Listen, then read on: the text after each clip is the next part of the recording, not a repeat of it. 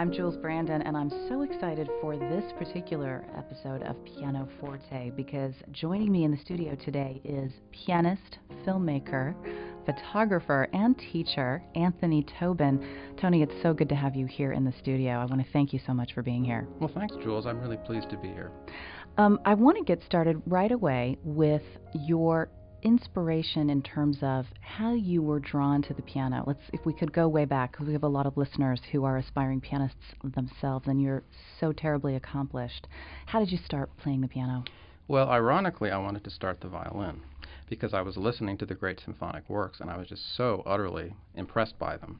And my mother said, no, we're not going to listen to a scratchy violin. We're going to get a piano. But what really sustained me was I remember reading The Great Brain and listening to things like the Appassionata and the Moonlight Sonata, and I just felt transported to another place, like I was going somewhere that other things couldn't take me. The piano could take me to a special place, and this is, what started this journey. So how old were you when you were first sitting down to a piano? I was 8. Okay. And were you sort of experimenting on your own, or at that stage, Mother had agreed, yes, lessons are in order? We started lessons with a lady across the street who actually taught at a university, and so it was a pretty good grounding, and I don't think I practiced very much, but I enjoyed the time with the instrument and experimenting with the sounds, and it was the beginning. So at what point did you know, wow, this is my life's calling? Well, I think by the time I was 10, I listened to everything, not only piano music, but, Mozart string quartets and Brahms symphonies, and I just thought I have to be around this music. I was happiest when I was in the music. So growing up in Ithaca, it sounds like your family was terribly supportive of a musical career. Yes, I think if my mother hadn't been so supportive, I might have done something sensible. But I had the passion, and she wanted to support that, and so it happened. Tony, both the projects you've brought us this evening center around Claude Debussy. Is it fair to say he is your favorite composer? I would say he's the one I feel the greatest connection. Okay, all right, that makes sense. I learned Reflections on the Water when I was 11, and actually I started Fireworks when I was 12. So these have been in my blood a long time. Okay. I mean, I like to play Mozart and Bach too, but for me there's just something about where Debussy takes me. The space, the sound, the blending of the imagination with fantasy, with the past, with the future. For me, it's very integrative. So this is going to be a terribly unfair question, but I'm going to ask it anyway. Let's pretend you were in the unfortunate circumstance of being stranded on a desert island with but one work by Debussy. Can you imagine what would you choose to keep you company until the end of your days on this planet? Actually, it's easier than you would think. Okay. It would be Pagodas right now. Is that right? Yeah. Okay. In the past, I would have probably said Fireworks or La Terrasse because those are also very close to me. But for me, Pagodas, I'm a very strong fan of Japan and of that Asian influence. But Pagodas, it has the concept of the gamelan. He's trying to create these sounds. He was very much a Japanese art collector. In fact, he was spending the money he should have been spending on the household to collect these things. His wives were getting very upset with him over this. Wow. So that piece for me, it's about the sounds of the gamelan, but it has water in it. It has wind. It has this wonderful forward-looking scope to it that if I were stuck and I couldn't listen to anything else, I'd want to have the hope and joy that it creates. Oh, well said. Well, this seems like a good opportunity to pause and listen to Pagodas. Anthony Tobin performs.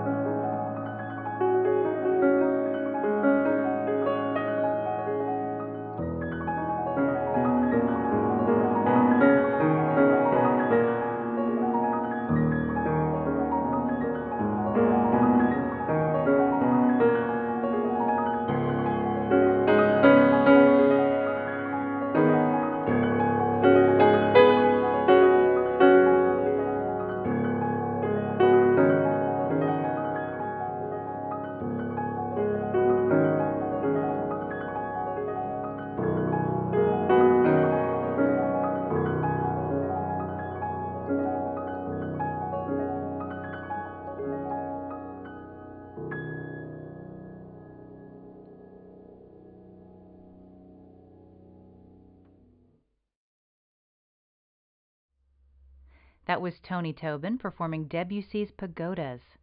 Tony, that performance is from your new CD, correct? Yes, it's just come out. And let's talk about that. What is it called?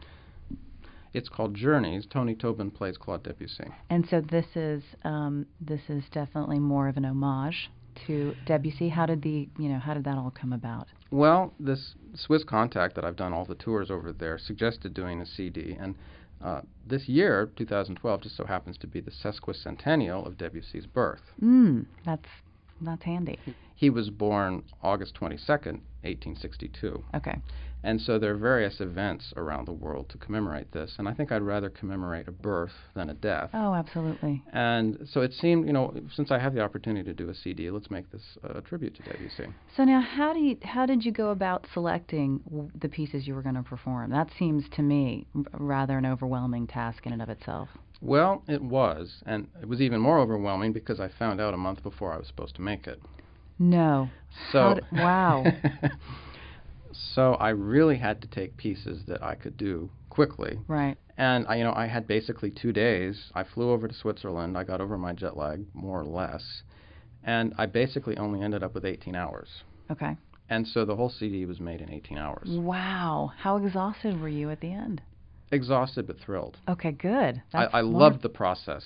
I mean, it was done on a Model A Steinway, which is actually one of my favorite sizes of pianos because it's a little wider, the soundboard, so the mid-range and the treble have a nice warm sound. Mm-hmm. You don't get the bass that you would get in a bigger piano like a B or a D, but maybe that's fine for these pieces. And so the sostenuto pedal wasn't working, and so I called the tuner back. The sostenuto is the middle pedal that allows you to hold, for instance, one chord by itself.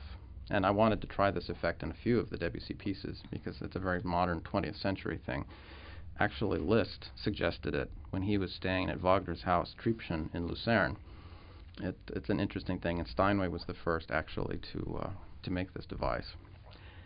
But actually, the tuner was there until 1:30 in the afternoon. He didn't really get it working that well. And so I worked all afternoon. I had dinner. I worked until midnight, and then there were things I hadn't gotten done the next day, so I woke up at like 6. I was there at 7, and I recorded until 11 that morning. And then I had to go on to Lugano and Milan, and so that was it. That was all the time that I had. And so, unfortunately, Reflections on the Water fell by the wayside. But everything else came off. Why don't we take another music break and hear another performance from your CD Journeys? This time, Debussy's Fireworks.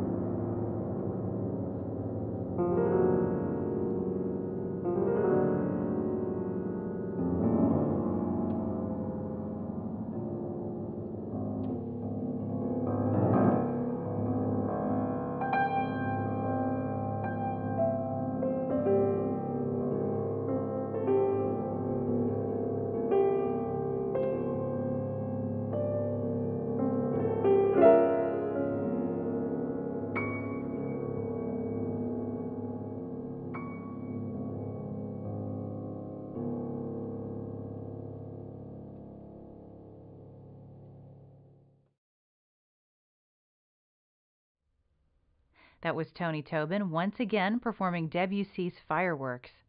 Tony, you did your thesis on Debussy's Preludes, and I'd like it if we could take some time now and let you go to the piano and talk a little about Debussy and his musical language.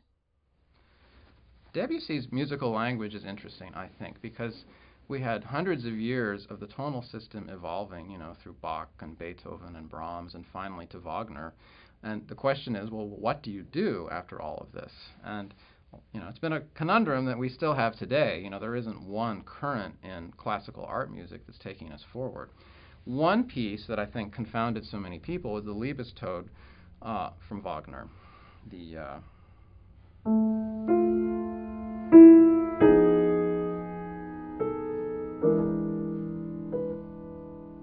You can hear how chromatic it is using this aspect of the chromatic scale. The second phrase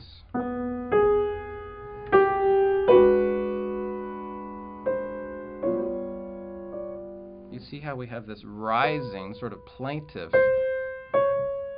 figure. It's longing, it's questioning, where is it going? He keeps intensifying this as he goes up.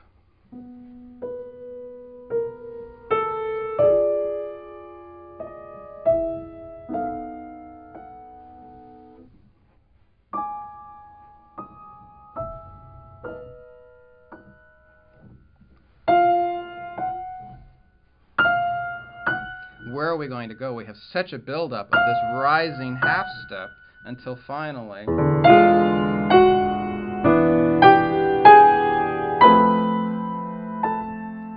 we arrive with this falling whole step. Well, this may seem rather technical, but Debussy was very affected by Wagner. Really, any composer of the 20th century was very affected by Wagner because he was considered so important. He took the music away from the harmonic language of Beethoven and Brahms into something new.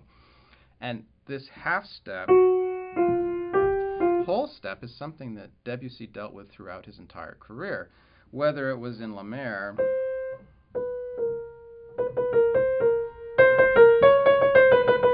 in the big climax in the third movement, whether it was in La Terrasse, Des Audiences de Clair de Lune, one of the most evocative preludes.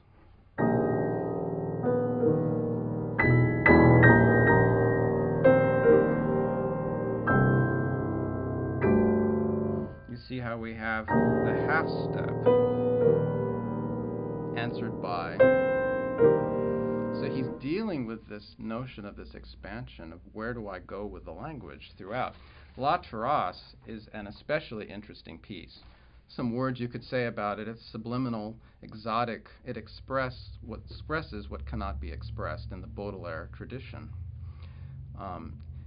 It's a striking symbolist work of color and form. The evocative title, loosely translated as The Terrace for Moonlit Audiences, paints an evocative scene of filter light and hues of moonlight.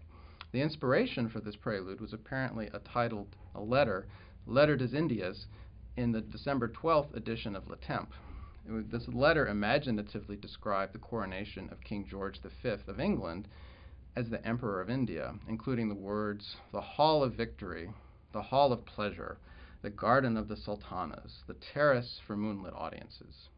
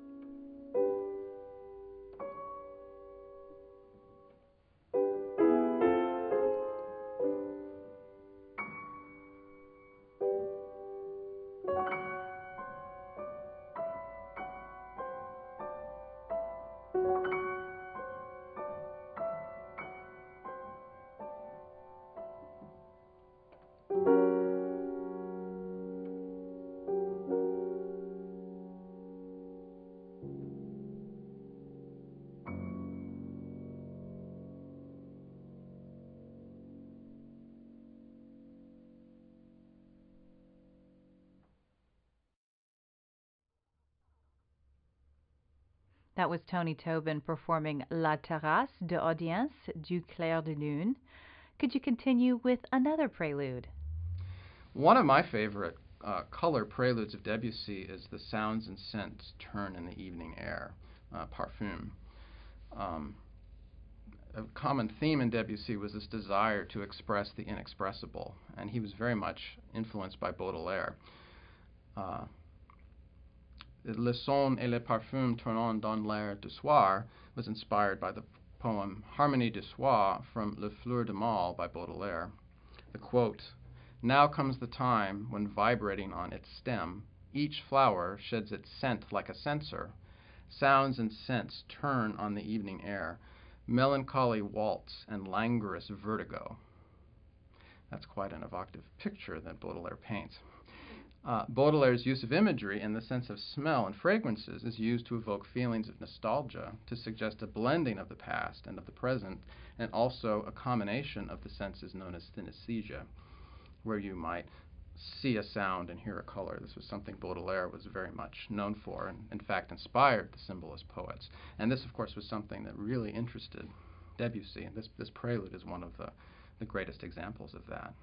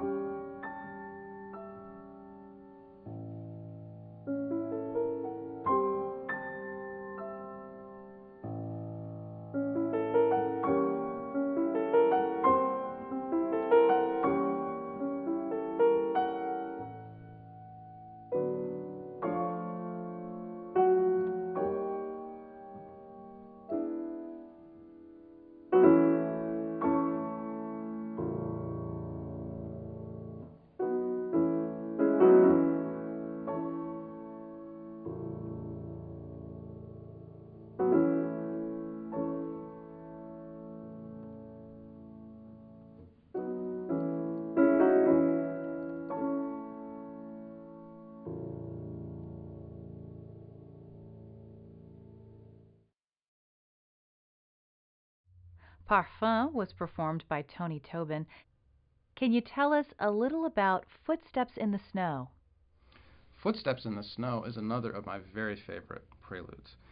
It's also influenced in a way by Baudelaire. It represents a universal feeling of alienation. It uses musical images to evoke a visual, emotional world.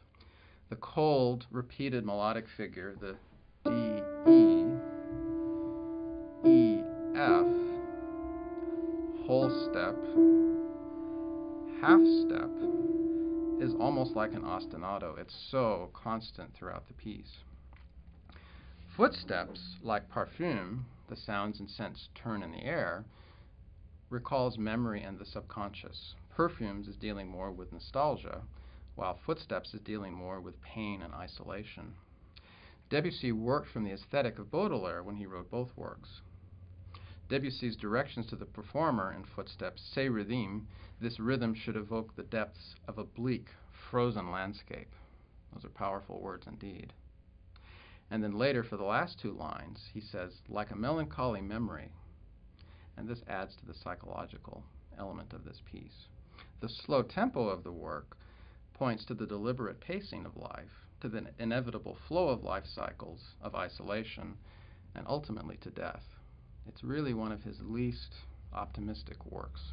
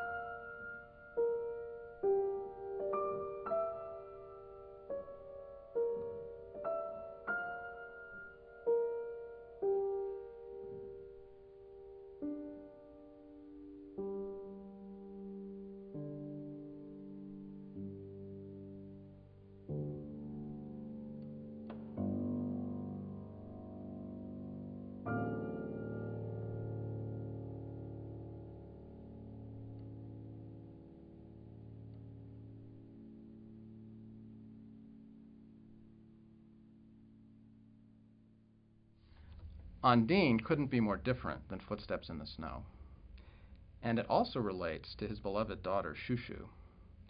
Arthur Rackham, the illustrator, had illustrated the book Peter Pan in Kensington Garden, and Robert Godet, Debussy's early publisher, gave it to Shushu as a present in 1911. In 1912, Debussy adapted one of the illustrations into the prelude, The Fairies Are Exquisite Dancers. Debussy loved English culture and literature, including Dickens. Arthur Rackham was very popular at the turn of the century. He also illustrated the English adaptation of Undine, or Ondine, by the German Romantic writer Baron Friedrich de la Motte Foch, published in English in 1909. Wagner's Rhine Maidens are also Undines. And of course, Wagner had an important influence on Debussy. He must also have been thinking in part of this Wagner connection when he was doing Ondine. Rackham illustrated 2 books inspired by all 4 operas of Wagner's Ring Cycle between 1910 and 1911, when Debussy was writing the first book of Preludes. So this was clearly in the consciousness. And of course, the connection with Shushu, who it had been said that, well, Debussy had said that had Shushu not been born, he would have committed suicide, because she gave him a completely new lease on life and inspired childhood fantasy, joy. And so I think Undine is a very important work.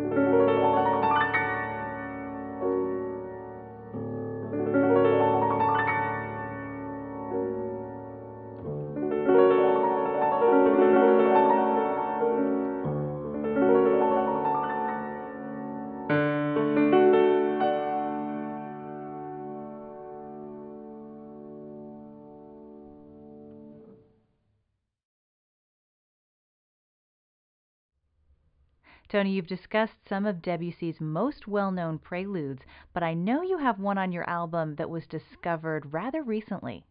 This piece about the coal merchant is an interesting work. Being discovered actually after I'd written my thesis, it was interesting to find it, and that personal connection that Debussy had. I think it's fascinating how he was very, very sick in his later years. He had cancer and he'd had an operation, and it didn't really work. And so there were months he couldn't really do much of anything, including the opera, The Fall of the House of Usher, that he wanted to finish. There were big, important things he wanted to do that he couldn't, and yet somehow he did this piece. It was based on a poem by Baudelaire that he had liked way back in the late 1800s. And there's a linkage actually to the Parfume, the sounds and scents turn on the evening air. One is written in A and one is written in A flat. And so it's interesting, I think he was looking back on his life and feeling, his mortality, but also feeling he wanted to be able to take his language further. And in this short work, it's only two pages, that's a lot easier than finishing an opera. And this coal merchant apparently was a score collector, so he knew that this would be an important way to thank him.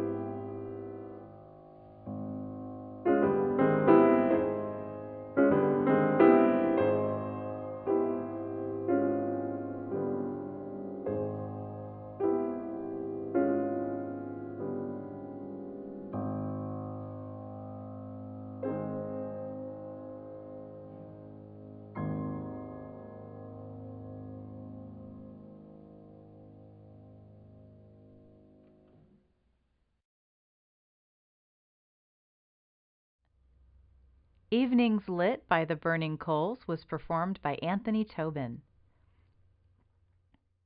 You've also made a film about Debussy. So what was your initial vision? The name of the film, is it Debussy, Light and Impression? Well, that's one working title for it. The other one is, The World Will Change in His Sound. And I think that's the title that really is going to be the one in the end. Right now, presently, the film is about 50 minutes. It's going to be shown as part of the Brown Lecture Series at Southwestern on June 1st. Okay. And I'm also going to be delivering a lecture there. So how do you begin this journey of filmmaking? Well, there was another little detour. At one point with Eurythmy, they canceled a tour. And so here I was with a month that I thought I was going to be away performing, and there was nothing going on. Well, Burnt Orange Productions was a company that UT started to provide workshop experience for their film students. And one of the films they did was called The Quiet. And Camilla Bell and Alicia Cuthbert were in this film. That's right. And they were looking to have someone to be the piano coach. Okay. They paid almost nothing, but I thought, I'm up for an interesting experience, especially since, I'd had this tour kind of evaporate. I thought, well, let's do this. So part of the time I met where the old Alamo Hotel used to be. There's a little hotel there now, the corner of Guadalupe and Fifth, I guess. Okay. And other times they came to my apartment, and I actually worked with both of them. But what was fascinating, and this goes back to the film connection, is that I was on the set. when they were shooting those sequences. Oh, sort of as a technical advisor. Exactly. And so, when the string broke and various angles and things and hand positions, I consulted with that. And to see, they had a smoke machine. So you had this filtered light, and, it was dark and moody. The film was dark and moody. It was over on a house that was for sale on Balcones, actually, one of these big, expansive houses. And so I think that got the wheels turning, too, visually, this connection, perspective, music. And so that was also a turning point. If I hadn't worked with that film, I don't think I would have been as inspired. What do you hope people will take away from watching the film? I think a strong feeling of the world that Debussy was trying to create. This visual, musical, aesthetic world that I experienced when I went to Paris for the first time and that I continue to experience. I mean, one aspect of the film that's going to continue to evolve is the sense of place, where he was when he was writing some of these works, and how the sounds, at one point he said he wanted to write music of the 20th century. He said that a century that has the airplane deserves its own music. And he had this railway underneath his house in this very exclusive part of Paris off of the Bois de Boulogne. But the Petite Ceinture was this rail line that, actually it's still there for the most part. The French don't tend to get rid of things. It connected all of these various train stations, and so he had a steam engine underneath his window very regularly. And there was actually an interesting review of him in the New York Times back in around 1911, and they said, well, how can you compose? How can you do this? And he said, well, it's part of life. It's part of his experience. And so he was very much, the elements that were around him, when he said, I see things in my garden that other people can't imagine.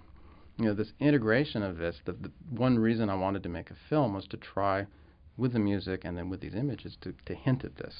Whether I succeed at that or not is another story. And so watching a bit of the film, I was really, really struck by the experience of the impressionist composer sounding impressionistic. And that was a particular segment where you were talking to Peter Bay about this music. And it was really, it was striking for me because it crystallized the concept to me in a way that I had never really consciously been aware. Well, I'm really glad to hear that. Peter is such a great communicator and so well, he expresses things so well. And he was so gracious to be a part of this film. We did 2 interviews. He helped me organize a taping on the stage of the Long Center, which came out really well. And I think he understands this element of impressionism especially well, the blurring that he talked about within the orchestration between the instruments. And I think he puts it together in such an understandable way. I suppose the question is, how does a composer sound impressionistic? There's a wonderful painting by Georges Seurat, great pointillist, called Sunday at La Grande Jatte. Picture of people on the shore of the lake having a good time, and from a distance that's exactly what you see. But if you creep up closer and closer to the painting, you see mostly a series of dots, and it's extraordinary how your eye can combine all of these dots into an impression of people at the park. I guess that's where impressionistic comes from. And in La Mer, Debussy does very much the same thing. From a distance, if you're sitting in the audience, you get the impression of something going on. But if you look at the score and see how he actually scores these sounds, you'll be amazed to see how much detail is in the blurring. For example, here on this first page of the score, the work starts rather ambiguously. There's just a timpani roll on the B, and the basses are doubling it. Then the harps come in. There are 2 harps, and they play the same 2 notes, but a beat apart. So it sounds like this.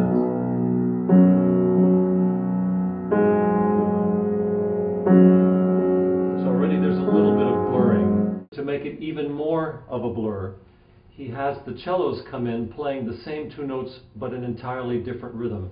They play.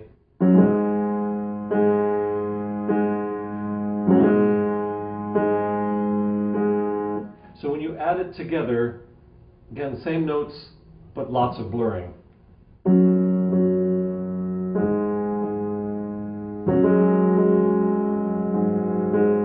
Then, to make things even more ambiguous, There's a viola melody that creeps in here, and the viola is almost unnoticed at the beginning.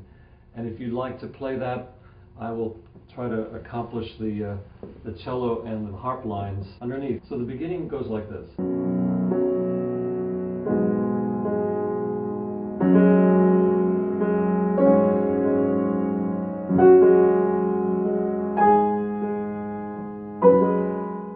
Now, what's very unusual about that is that the violas are playing basically 2 beats per note, while everyone else has been playing 3 plus 3, the violas are playing 2 plus 2 plus 2. Mm-hmm. So 6 beats in each bar, but again, some blurring of the rhythm. So the whole opening, this is just the first 5 bars of La Mer, is filled with all these incredible details, rhythmic ambiguities, a blur, a wash of sound, giving the impression maybe of very, very simple laps of water overlapping at the shore or something like that. It certainly gives a calm impression. If you'd like to see that clip with Peter Bay discussing Debussy and La Mer, you can find it on our website at kmfa.org. We'll end our program tonight with one final selection from Tony's CD Journeys. Here is Sunken Cathedral.